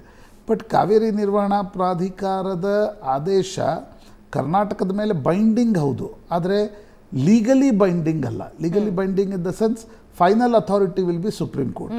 ಹೀಗಾಗಿ ಶುಕ್ರವಾರದ ಸುಪ್ರೀಂ ಕೋರ್ಟ್ನ ವಿಚಾರಣೆ ಏನಿದೆ ಅದು ಮುಖ್ಯ ಆಗತ್ತೆ ಅಂತ ಅನಿಸುತ್ತೆ. ಶುಕ್ರವಾರ ಕೂಡ ಕರ್ನಾಟಕದ ವಕೀಲರು ಸುಪ್ರೀಂ ಕೋರ್ಟ್ ಎದುರುಗಡೆ ವಾದವನ್ನು ಮಂಡಿಸಲಿದ್ದಾರೆ. ಅಲ್ಲೊಂದು 3 ಸದಸ್ಯ ಪೀಠ ಕೂಡ ರಚನೆ ಆಗಿದೆ. ಪೀಠದ ಎದುರುಗಡೆ ವಾದವನ್ನು ಮಂಡಿಸಲಿದ್ದಾರೆ. ನಮ್ಮ ಬಳಿ ಎಷ್ಟು ನೀರಿದೆ, ಒಳಹರಿವು ಎಷ್ಟಿದೆ, ಮುಂದಿನ ದಿನಗಳಲ್ಲಿ ಹವಾಮಾನ ಇಲಾಖೆ ಎಷ್ಟು ನೀರು ಬರ್ಬೋದು ಅಂತಕ್ಕಂಥದ್ದನ್ನು ಹೇಳ್ತಾ ಇದೆ. ಅದನ್ನೆಲ್ಲವನ್ನು ಇಟ್ಕೊಂಡು ನಾವು ನೀರು ಬಿಡಲಿಕ್ಕೆ ಸಾಧ್ಯ ಇದೆ, 5000 ಕ್ಯೂಸೆಕ್ಸ್ ಬಿಡಲಿಕ್ಕೆ ಸಾಧ್ಯ ಇಲ್ಲ ಅಂತ. ಒಂದು ವೇಳೆ ಭಾವನಾ, ಒಂದು ವೇಳೆ ಸುಪ್ರೀಂ ಕೋರ್ಟ್ ಕೂಡ 5000 ಕ್ಯೂಸೆಕ್ಸ್, ಅನೇಕ ಸಂದರ್ಭಗಳಲ್ಲಿ ಸುಪ್ರೀಂ ಕೋರ್ಟ್ ಕಾವೇರಿ ನಿರ್ವಹಣಾ ಪ್ರಾಧಿಕಾರ ಏನು ಹೇಳುತ್ತೆ ಅದನ್ನು ಒಪ್ಕೊಂಡ ಉದಾಹರಣೆಗಳು ಇವೆ, ಕಡಿಮೆ ಮಾಡಿದ ಉದಾಹರಣೆಗಳು ಇವೆ, ಕೆಲವು ಬಾರಿ ಜಾಸ್ತಿ ಮಾಡಿದ ಉದಾಹರಣೆಗಳು ಕೂಡ ಇವೆ. ಸುಪ್ರೀಂ ಕೋರ್ಟ್ ಇದರಲ್ಲಿ ಏನು ಆದೇಶವನ್ನು ನೀಡುತ್ತೆ ಅನ್ನೋದು ಮುಖ್ಯ ಆಗುತ್ತೆ. ಈಗ DK ಶಿವಕುಮಾರ್ ತಮ್ಮ ಬೈಟಲ್ಲಿ ಹೇಳ್ತಾ ಇದ್ರು, ವಕೀಲರು ಹೇಳ್ತಾ ಇದ್ದಾರೆ ಸುಪ್ರೀಂ ಕೋರ್ಟ್ ಏನು ತೀರ್ಮಾನವನ್ನು ತೆಗೆದುಕೊಳ್ಳುತ್ತೆ ಅದನ್ನು ನಾವು ಅನುಷ್ಠಾನಗೊಳಿಸಬೇಕಾಗತ್ತೆ ಅಂತಕ್ಕಂಥದ್ದು. ಆಗ ನೀವು ಮಸಲ್ ಫ್ಲೆಕ್ಸಿಂಗ್ ಇಳಿಲಿಕ್ಕಾಗಲ್ಲ, that is contempt of court. ನನಗನ್ಸುತ್ತೆ ಯಾವುದೇ ಸರ್ಕಾರ ಆ ಹಂತಕ್ಕೆ ಹೋಗ್ತದೆ ಈಗ. ಯಾಕಂದರೆ ಹಿಂದೆ 1991 ಬಂಗಾರಪ್ಪನವರು ಒಂದು ಸಲ ಸುಪ್ರೀಂ ಕೋರ್ಟ್ ಆದೇಶದ ನಂತರವೂ ಕೂಡ ಸುಗ್ರೀವಾಜ್ಞೆಯನ್ನು ಮಾಡಿದರು. ಸುಗ್ರೀವಾಜ್ಞೆಯನ್ನು ಮಾಡಿ ನಾವು ನೀರು ಬಿಡಲ್ಲ ಅಂತಕ್ಕಂಥದ್ದನ್ನು. ಅಂದರೆ ಅಂತಿಮವಾಗಿ ಈ ನೆಲದ ಕಾನೂನು ಸುಪ್ರೀಂ ಕೋರ್ಟ್ ನಿರ್ಧಾರ ಮಾಡುತ್ತೆ. ಹಾಗಾಗಿ ಸುಪ್ರೀಂ ಕೋರ್ಟ್ನ ನಿರ್ಧಾರದ ನಂತರ ಕರ್ನಾಟಕದ ಸ್ಟ್ಯಾಂಡ್ ಏನಾಗಿರಲಿದೆ, we can plead before supreme court. ಆದರೆ ಸುಪ್ರೀಂ ಕೋರ್ಟ್ ಏನು ಆದೇಶವನ್ನು ಕೊಡುತ್ತೆ ಶುಕ್ರವಾರ ಅಂತಕ್ಕಂಥದ್ದು ಮುಖ್ಯ ಆಗುತ್ತೆ. ಇನ್ನೊಂದು ಕಡೆ ಮಂಡ್ಯದಲ್ಲಿ ರೈತರ ಪ್ರತಿಭಟನೆಗಳು ಕೂಡ ಜೋರಾಗಿವೆ. ಏಕೆಂದರೆ ಕೃಷಿ ಚಟುವಟಿಕೆಗಳಿಗೆ ನೀರನ್ನು ಕೊಡಿ ಅಂತ ಹೇಳಿದರೆ ಕರ್ನಾಟಕದ ಸರ್ಕಾರ ಕೊಡಲ್ಲ, ತಮಿಳುನಾಡಿಗೆ ಏನಾದರೂ ಪೊಲಿಟಿಕಲ್ ಕಾರಣದಿಂದ ಕೊಡ್ತಾ ಇದ್ದೇನಾ ಅಂತಕ್ಕಂಥದ್ರ ಬಗ್ಗೆ JDS ಮತ್ತು BJPಗಳು ತಮ್ಮ ಆಕ್ರೋಶವನ್ನು ವ್ಯಕ್ತಪಡಿಸ್ತಾ ಇವೆ. ಆ ಕಾರಣದಿಂದ it's interesting, it's a part of politics also. ಲೋಕಸಭೆ ಚುನಾವಣೆಗೂ ಮುನ್ನ LPG ಸಿಲಿಂಡರ್ ದರದಲ್ಲಿ ಇಳಿಕೆ ಮಾಡಲಾಗಿದೆ. LPG ಸಿಲಿಂಡರ್ಗೆ ಕೇಂದ್ರ ಸರ್ಕಾರದಿಂದ 200 ರೂಪಾಯಿ ಸಬ್ಸಿಡಿ. ನರೇಂದ್ರ ಮೋದಿ ಸರ್ಕಾರದಿಂದ ಅತಿ ದೊಡ್ಡ ನಿರ್ಧಾರ ಇದು. ಇವತ್ತಿನಿಂದ 200 ರೂಪಾಯಿ ಇಳಿಕೆಯಾಗುತ್ತೆ LPG ಸಿಲಿಂಡರ್ ಬೆಲೆ. ಉಜ್ವಲ ಗ್ಯಾಸ್ ಸಿಲಿಂಡರ್ಗೆ 400 ರೂಪಾಯಿ ಸಬ್ಸಿಡಿ ಘೋಷಣೆಯಾಗಿದೆ. ಸಬ್ಸಿಡಿ ಹಣ ನೇರವಾಗಿ ಎಲ್ಪಿಜಿ ಪೂರೈಕೆ ಕಂಪನಿಗಳಿಗೆ ಪಾವತಿಯಾಗುತ್ತೆ. ಕೋವಿಡ್ ಕಾಲದಲ್ಲಿ ಎಲ್ಪಿಜಿ ಸಬ್ಸಿಡಿಯನ್ನ ಕೇಂದ್ರ ಸರ್ಕಾರ ಹಿಂಪಡೆದಿತ್ತು. ಈಗ ಮತ್ತೆ ಸಬ್ಸಿಡಿ ದರದಲ್ಲಿ ಎಲ್ಪಿಜಿ ನೀಡೋದಕ್ಕೆ ಕೇಂದ್ರ ಮುಂದಾಗಿದೆ. ಎಲ್ಪಿಜಿ ಸಬ್ಸಿಡಿಯಿಂದ ಕೇಂದ್ರಕ್ಕೆ 7,500 ಕೋಟಿ ರೂಪಾಯಿಗಳ ಹೊರೆ ಬೀಳುತ್ತೆ. ಸಬ್ಸಿಡಿ ದರದಲ್ಲೇ ಜನರಿಗೆ ಇನ್ನು ಮುಂದಕ್ಕೆ ಎಲ್ಪಿಜಿ ಸಿಗುತ್ತೆ. ಸಿಲಿಂಡರ್ ಬೆಲೆ ಸಬ್ಸಿಡಿ ಹಣ ಜನರ ಖಾತೆಗೆ ಜಮೆ ಆಗಲ್ಲ, ಕಂಪನಿಗಳಿಗೆ ಪಾವತಿಯಾಗುತ್ತೆ. ಮೋದಿ ಕ್ಯಾಬಿನೆಟ್ನಲ್ಲಿ ಎಲ್ಪಿಜಿ ಸಬ್ಸಿಡಿ ನೀಡೋದಕ್ಕೆ ನಿರ್ಧಾರ ಕೈಗೊಳ್ಳಲಾಗಿದೆ. ಹಾಗಾದ್ರೆ ಎಷ್ಟೆಷ್ಟು ಇಳಿಕೆಯಾಯಿತು ಅನ್ನೋದನ್ನ ನೋಡ್ತಾ ಹೋಗೋದಾದ್ರೆ, ಈ ಮೊದಲು 1,105 ರೂಪಾಯಿ ಒಂದು ಸಿಲಿಂಡರ್ ಬೆಲೆ ಆಗಿತ್ತು. ಈಗ ಅದು 905 ರೂಪಾಯಿಗೆ ಇಳಿಕೆಯಾಗಿದೆ. ಅಂದ್ರೆ 200 ರೂಪಾಯಿ ಇಳಿಕೆಯಾಗಿದೆ. ಇನ್ನು ಉಜ್ವಲ ಸಿಲಿಂಡರ್ನಲ್ಲಿ 905 ರೂಪಾಯಿ ಕೊಟ್ಟು ಸಿಲಿಂಡರ್ ತಗೊಳ್ಬೇಕಾಗಿತ್ತು. ಇನ್ನು ಮುಂದೆ ಅದು 705 ರೂಪಾಯಿ ಆಗಿರುತ್ತೆ. ಪ್ರಶಾಂತ್, ಲೋಕಸಭೆ ಚುನಾವಣೆಯ ಹಿನ್ನೆಲೆಯಲ್ಲಿ ಮೋದಿ ಮತ್ತು ಕೇಂದ್ರದ ನಾಯಕರು ಹೇಳಿರೋದು ಓಣಂ ಮತ್ತು ರಕ್ಷಾಬಂಧನಕ್ಕೆ ನೀಡ್ತಾ ಇರೋ ಗಿಫ್ಟ್ ಅಂತ. ಅಫ್ಕೋರ್ಸ್ ರಾಜಕೀಯವಾಗಿ ಮಾತಾಡೋದಾದ್ರೆ ಎಲ್ರಿಗೂ ಗೊತ್ತಿರುವಂತಹ ವಿಷಯ. ಲೋಕಸಭೆ ಬರ್ತಾ ಇದೆ, ಪಂಚರಾಜ್ಯ ಚುನಾವಣೆಗಳಿವೆ. ಪ್ರಾಯಶಃ ಭಾವನ ಕರ್ನಾಟಕದ ವಿಧಾನಸಭಾ ಚುನಾವಣೆಯ ಅನೇಕ ಪಾಠಗಳನ್ನು ಮೋದಿ ಮತ್ತು BJP ಕಲ್ತಿವೆ ಅಂತ ಅನಿಸುತ್ತೆ. ಒಂದು, ಕರ್ನಾಟಕದ ಚುನಾವಣೆಯಲ್ಲಿ ಬೆಲೆ ಏರಿಕೆ ದೊಡ್ಡ ವಿಷಯವಾಗಿತ್ತು. ಹೌದು. ಆ ಕಾರಣದಿಂದ ಕಾಂಗ್ರೆಸ್ ಗ್ಯಾರಂಟಿ ಯೋಜನೆಗಳನ್ನು ಘೋಷಿಸಿದ ನಂತರ ಈಗೊಂದು ಗ್ಯಾರಂಟಿ ಯೋಜನೆಗಳನ್ನು ಉಳಿದೆಲ್ಲ ರಾಜ್ಯ ಸರ್ಕಾರಗಳು ಕೂಡ, ಕಾಂಗ್ರೆಸ್ ಉಳಿದೆಲ್ಲ ರಾಜ್ಯಗಳಲ್ಲೂ ಕೂಡ ಘೋಷಿಸ್ತಾ ಇದೆ. ಅದರ ನೇರ ಪೊಲಿಟಿಕಲ್ ಇಫೆಕ್ಟ್ BJP ಮೇಲೂ ಕೂಡ ಆಗ್ತಾ ಇದೆ. ಜನ ಪ್ರಶ್ನೆಯನ್ನು ಕೇಳ್ತಾ ಇದ್ದಾರೆ, ಬೆಲೆ ಏರಿಕೆಯ ಬಗ್ಗೆ ಏನು ಮಾಡ್ತಿದ್ದೀರಿ ಅಂತ. ನರೇಂದ್ರ ಮೋದಿ ಸರ್ಕಾರದ ಅನೇಕ ಸಾಧನೆಗಳಿವೆ. ಫಾರ್ ಎಕ್ಸಾಂಪಲ್, ಇನ್ಫ್ರಾಸ್ಟ್ರಕ್ಚರ್ನ ಕ್ವಾಲಿಟಿಯನ್ನು ಮತ್ತು ಇನ್ಫ್ರಾಸ್ಟ್ರಕ್ಚರ್ ದೊಡ್ಡ ಪ್ರಮಾಣದಲ್ಲಿ ಮೂಲಭೂತ ಸೌಕರ್ಯದ ಅಭಿವೃದ್ಧಿಯಾಗಿದೆ. ಅನೇಕ ಈಗ ಆರ್ಟಿಕಲ್ 370 ತೆಗೆದಿದ್ದರಿಂದ ಹಿಡಿದು ಅನೇಕ ಸಾಧನೆಗಳು ನರೇಂದ್ರ ಮೋದಿ ಸರ್ಕಾರದ್ದಿವೆ. ಕರಪ್ಟ್ ಸರ್ಕಾರ ಅಲ್ಲ ಅಂತಕ್ಕಂಥ ಒಂದು ಸಾಧನೆಯೂ ಇದೆ. ಆದರೆ ನರೇಂದ್ರ ಮೋದಿ ಅವರ ಸರ್ಕಾರದ ವಲ್ನರಬಿಲಿಟಿ ಏನು ಅಂತಕ್ಕಂಥದ್ದನ್ನು ಕೇಳಿದರೆ 2 ಕ್ಷೇತ್ರಗಳು ಬರ್ತವೆ. ಒಂದು, ಕೃಷಿಗೆ ಏನೊಂದು ಒತ್ತನ್ನು ನೀಡಬೇಕಿತ್ತು, ಅಥವಾ ಬದಲಾದ ಪರಿಸ್ಥಿತಿಯಲ್ಲಿ ಕೃಷಿ ಫಾಯ್ದೆಮಂದ್ ಅಲ್ಲ ಅಂತಕ್ಕಂಥದ್ದೇನಿದೆ ಅದು ಮೋದಿ ಸರ್ಕಾರದಲ್ಲೂ ಮುಂದುವರೆದಿದೆ. ಎರಡನೇದು ಬೆಲೆ ಏರಿಕೆ. 2014 ಮುಂಚೆ ನರೇಂದ್ರ ಮೋದಿ ಘೋಷಣೆಯನ್ನು ಹಾಕಿಸ್ತಾ ಇದ್ರು, ಬಹುತ್ ಹುಯಿ ಮೆಹಂಗಾಯಿ ಕಿ ಮಾರ್ ಅಬ್ ಕಿ ಬಾರ್ ಮೋದಿ ಸರ್ಕಾರ. ಆದರೆ ಮೋದಿ ಸರ್ಕಾರ ಬಂದ ಮೇಲೆ ಬೆಲೆ ಏರಿಕೆ ಅಷ್ಟೇ ದೊಡ್ಡ ಪ್ರಮಾಣದಲ್ಲಿ ಆಗ್ತಿದೆ ಅಂತಕ್ಕಂಥದ್ದು ಜನಸಾಮಾನ್ಯರ ಅಳಲು. ಕರ್ನಾಟಕದಲ್ಲಿ ಮಹಿಳೆಯರು ದೊಡ್ಡ ಸಂಖ್ಯೆಯಲ್ಲಿ ಕಾಂಗ್ರೆಸ್ನತ್ತ ಗ್ರೇವಿಯೇಟ್ ಆಗಲಿಕ್ಕೆ ಬೆಲೆ ಏರಿಕೆ ದೊಡ್ಡ ಕಾರಣ ಆಗಿತ್ತು ಅಂತಕ್ಕಂಥದ್ದು. ಹೀಗಾಗಿ ಈಗ ಅದರ ಕರೆಕ್ಟಿವ್ ಮೆಷರ್ಸನ್ನು ನರೇಂದ್ರ ಮೋದಿ ಸರ್ಕಾರ ತೆಗೆದುಕೊಳ್ತಾ ಇದೆ. 200 ರೂಪಾಯಿ ಸಿಲಿಂಡರ್ ಬೆಲೆಯನ್ನು ಇಳಿಸ್ತಕ್ಕಂಥ ಒಂದು ನಿರ್ಧಾರ. ಪ್ರಾಯಶಃ ಮುಂಬರುವ ದಿನಗಳಲ್ಲಿ ಪೆಟ್ರೋಲ್ ಡೀಸೆಲ್ ಬೆಲೆ ಕೂಡ ಇಳಿಕೆ ಆಗ್ಬೋದೇನು. ನೋಡಿ, 2012ರಲ್ಲಿ ಒಂದು ವಿಜಯ್ ಕೇಳ್ಕರ್ ಸಮಿತಿ ರಚನೆ ಆಗಿತ್ತು. He was then finance secretary in Manmohan Singh government. Vijay Kelkar ಸಮಿತಿ ಒಂದು ಶಿಫಾರಸನ್ನು ಕೊಡ್ತು, ಸಬ್ಸಿಡಿಗಳಿಗೆ ಸಂಬಂಧಪಟ್ಟಂತೆ ಶಿಫಾರಸ್ಸಿತ್ತು. ಭಾರತದಂಥ ದೇಶದಲ್ಲಿ ನೀವು ಆಹಾರದ ಮೇಲಿನ ಸಬ್ಸಿಡಿ ತೆಗೆದುಹಾಕ್ಲಿಕ್ಕೆ ಸಾಧ್ಯ ಇಲ್ಲ. ಯಾಕಂದರೆ ಬಡತನ ರೇಖೆಗಿಂತ ಕೋಟ್ಯಾಂತರ ಜನ ಅದರ ಕೆಳಗಿದ್ದಾರೆ. ನೀವು ಅವರನ್ನು ಮೇಲೆ ಎತ್ತಬೇಕಾದ್ರೆ ಇದು ಸಮಸ್ಯೆ ಇದೆ.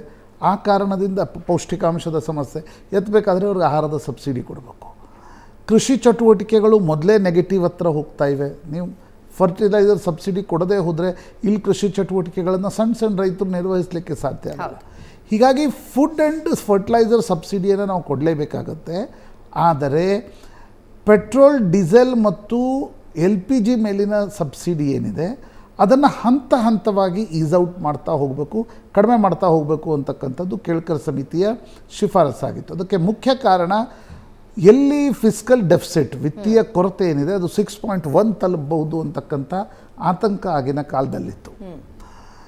ತದನಂತರ ಮೋದಿ ಸರ್ಕಾರ ಬಂದ ಮೇಲೆ ಸಬ್ಸಿಡಿಯನ್ನು ಒಂದು ಗಿವ್ ಅಪ್ ಪಾಲಿಸಿಯನ್ನು ತಂತು, ಉಜ್ವಲ ಯೋಜನೆಯನ್ನು ತಂದು ಉಜ್ವಲದಲ್ಲಿ ಇರ್ತಕ್ಕಂಥವ್ರಿಗೆ ಸಬ್ಸಿಡಿ ಹಣ ದೊರಕುತ್ತೆ, ಉಳಿದವ್ರಿಗೆ ಸಬ್ಸಿಡಿ ಹಣ ಇಲ್ಲ ಅಂತಕ್ಕಂಥದ್ದಂದಾಗ ಕೋವಿಡ್ ಯಾವಾಗ ಶುರು ಆಯಿತು ಭಾವನಾ, ಕೋವಿಡ್ ಸಂದರ್ಭದಲ್ಲಿ ಅಂತಾರಾಷ್ಟ್ರೀಯ ಕಚ್ಚಾ ತೈಲದ ಬೆಲೆಯಲ್ಲಿ ಇಳಿಕೆ ಆಯಿತು.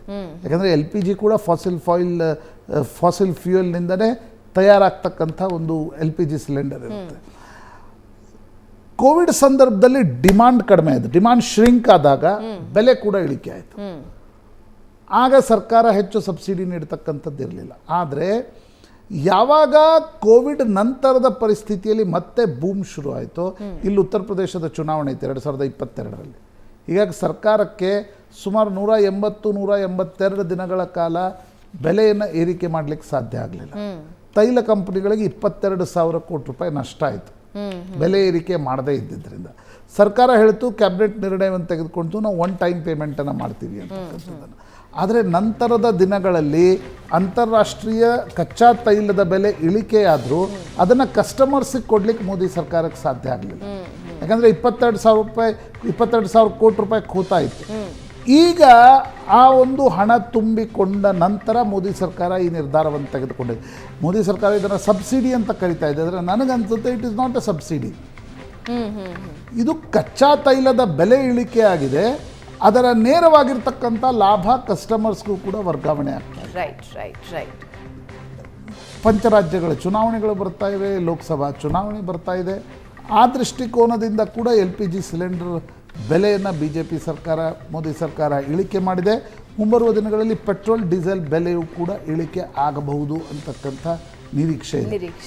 ಆಸ್ ಸ್ಟ್ಯಾಂಡರ್ಡ್ ಇಂಟರ್ನ್ಯಾಷನಲ್ ಪ್ರೈಸಸ್ಗಳು ಫಾಲ್ ಆಗ್ತಿದ್ದಾಗ ಭಾರತದ ಗ್ರಾಹಕರಿಗೂ ಕೂಡ ಅದರ ಲಾಭ ತಟ್ಟಲಿದೆ ಅಂತ ಅನ್ಸುತ್ತೆ. ಇದರ ಜೊತೆಗೆ ಈ ಚುನಾವಣೆ ಸಂದರ್ಭದಲ್ಲಿ, ವಿಧಾನಸಭಾ ಚುನಾವಣೆ ಸಂದರ್ಭದಲ್ಲಿ ಜನರನ್ನ ಮಾತಾಡಿಸಿದಾಗ ಈ ಬೆಲೆ ಏರಿಕೆ, ಗ್ಯಾಸ್ನ ಬೆಲೆ ಏರಿಕೆಯ ಬಗ್ಗೆ ಬಹಳ ಆಕ್ರೋಶಗಳು ಇದ್ದವು ಜನರಲ್ಲಿ. ಅದು ಕೂಡ ಕರ್ನಾಟಕದ ಎಲೆಕ್ಷನ್ ಮೇಲೆ ಇಫೆಕ್ಟ್ ಆಗಿತ್ತು. ಸೊ ಲೋಕಸಭಾ ಎಲೆಕ್ಷನನ್ನು ಡೆಫಿನೆಟ್ಲಿ ಗಮನದಲ್ಲಿರಿಸಿಕೊಂಡು 200 ರೂಪಾಯಿಗಳ ಕಡಿತದಿಂದಾಗಿ ಡೆಫಿನೆಟ್ಲಿ ಜನರಿಗೆ ಒಂಚೂರು ಚುನಾವಣೆ ಸಂದರ್ಭದಲ್ಲಿ ಬೆಂಗಳೂರಿನ ಮಾರುಕಟ್ಟೆಗಳಿಗೆ ಹೋಗಿ ಅತ್ಯಂತ ಆರ್ಥಿಕವಾಗಿ ಹಿಂದುಳಿದಿರ್ತಕ್ಕಂಥ ಮಹಿಳೆಯರನ್ನು ಮಾತನಾಡಿಸಿದ್ರೆ ಬೆಲೆ ಏರಿಕೆ ಎಷ್ಟೊಂದು ದೊಡ್ಡ ಹೊಡೆತವನ್ನು ಕೊಡ್ತಿದೆ ಅಂತಕ್ಕಂಥದ್ದು ಗೊತ್ತಾಗ್ತಾ ಇತ್ತು. ಪ್ರಾಯಶಃ ಆಗಿನ ಸರ್ಕಾರದಲ್ಲಿ BJP ಆ ಕೋರ್ಸ್ ಕರೆಕ್ಷನನ್ನು ಮಾಡಿಕೊಳ್ಳಿಲ್ಲ. ಮುಂಬರುವ ಪಂಚರಾಜ್ಯಗಳ ಚುನಾವಣೆಗಳು ಮತ್ತು ಲೋಕಸಭಾ ಚುನಾವಣೆಯ ದೃಷ್ಟಿಯಿಂದ ಆ ಕೋರ್ಸ್ ಕರೆಕ್ಷನ್ ಮಾಡ್ತಾ ಇದೆ.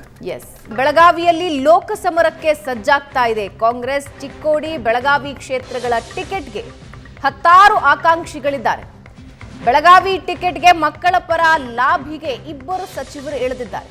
ಪುತ್ರಿ ಪ್ರಿಯಾಂಕಾ ಜಾರಕಿಹೊಳಿ ಪರ ಸತೀಶ್ ಜಾರಕಿಹೊಳಿ ಲಾಭಿ ನಡೆಸ್ತಾ ಇದ್ದಾರೆ. ಮತ್ತೊಂದು ಕಡೆ ಪುತ್ರ ಮೃಣಾಲ್ಗೆ ಟಿಕೆಟ್ ಕೊಡಿಸೋದಕ್ಕೆ ಲಕ್ಷ್ಮೀ ಹೆಬ್ಬಾಳ್ಕರ್ ಕಸರತ್ತು ನಡೆಸ್ತಾ ಇದ್ದಾರೆ. ಬೆಳಗಾವಿ ಲೋಕಸಭೆ ಕ್ಷೇತ್ರದಲ್ಲಿ ಕಾಂಗ್ರೆಸ್ಗೆ ಪೂರಕವಾದ ವಾತಾವರಣ ಇದೆ.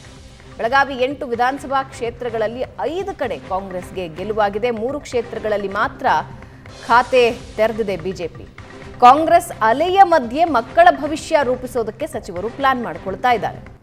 ಮಕ್ಕಳ ಪರವಾಗಿ ಸಚಿವರಿಬ್ಬರು ಲಾಭಿ ನಡೆಸ್ತಾ ಇದ್ದಾರೆ. ಪ್ರಶಾಂತ್, ಒಂದು ಕಡೆ ಲಕ್ಷ್ಮೀ ಹೆಬ್ಬಾಳ್ಕರ್, ಮತ್ತೊಂದು ಕಡೆ ಸತೀಶ್ ಜಾರಕಿಹೊಳಿ ತಮ್ಮ ಮಕ್ಕಳಿಗೆ ಟಿಕೆಟ್ ಕೊಡಿಸೋದಕ್ಕೆ ಲಾಭಿ ಶುರು ಮಾಡಿದ್ದಾರೆ.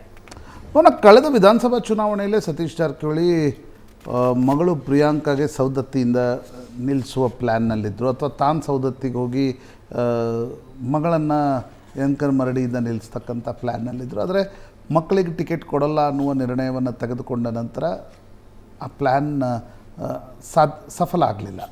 ಈಗ ಲೋಕಸಭಾ ಚುನಾವಣೆಯಲ್ಲಿ ಕಳೆದ ಬಾರಿ ನೋಡಿ, ಮಂಗಳ ಅಂಗಡಿ ವಿರುದ್ಧ ಸತೀಶ್ ಜಾರಕಿಹೊಳಿ ನಿಂತಾಗ ಮಂಗಳ ಅಂಗಡಿ 2,000-2,500 ಮತಗಳ ಅಂತರದಿಂದ ಮಾತ್ರ ಗೆದ್ದಿದ್ದರು. ಹೀಗಾಗಿ ಜಾರಕಿಹೊಳಿಯವ್ರಿಗೆ ಅನಿಸ್ತಾ ಇದೆ, ಇಲ್ಲ ಬೆಳಗಾವಿಯಲ್ಲಿ ಪ್ರಯತ್ನ ಮಾಡಿದರೆ ನಾವು ಲೋಕಸಭಾ ಚುನಾವಣೆಯನ್ನು ಗೆಲ್ಲಬಹುದು. ಯಾಕಂದರೆ ಸುರೇಶ್ ಅಂಗಡಿ ನಿಧನದ ನಂತರ BJP ಬಳಿ ನೇತೃತ್ವ ಇಲ್ಲ ಅಂತಕ್ಕಂಥದ್ದು. ಹೀಗಾಗಿ ಅಲ್ಲಿ ಲಕ್ಷ್ಮೀ ಹೆಬ್ಬಾಳ್ಕರ್ ಕೂಡ, ಈಗ ಲಕ್ಷ್ಮೀ ಹೆಬ್ಬಾಳ್ಕರ್ ಮತ್ತು ಸತೀಶ್ ಜಾರಕಿಹೊಳಿ ನಡುವೆ ಒಂದು ರಾಜಕೀಯ ಪೈಪೋಟಿ ಇದ್ದೇ ಇದೆ, ಒಂದೇ ಪಕ್ಷದಲ್ಲಿದ್ದರೂ ಕೂಡ. ಲಕ್ಷ್ಮೀ ಹೆಬ್ಬಾಳ್ಕರ್ ಮಗ ಮೃಣಾಲ್ಗೂ ಕೂಡ ಟಿಕೆಟ್ ಕೇಳ್ತಾ ಇದ್ದಾರೆ. ಸತೀಶ್ ಜಾರಕಿಹೊಳಿ ತನ್ನ ಮಗಳಿಗೆ ಟಿಕೆಟ್ ಕೇಳ್ತಾ ಇದ್ದಾರೆ.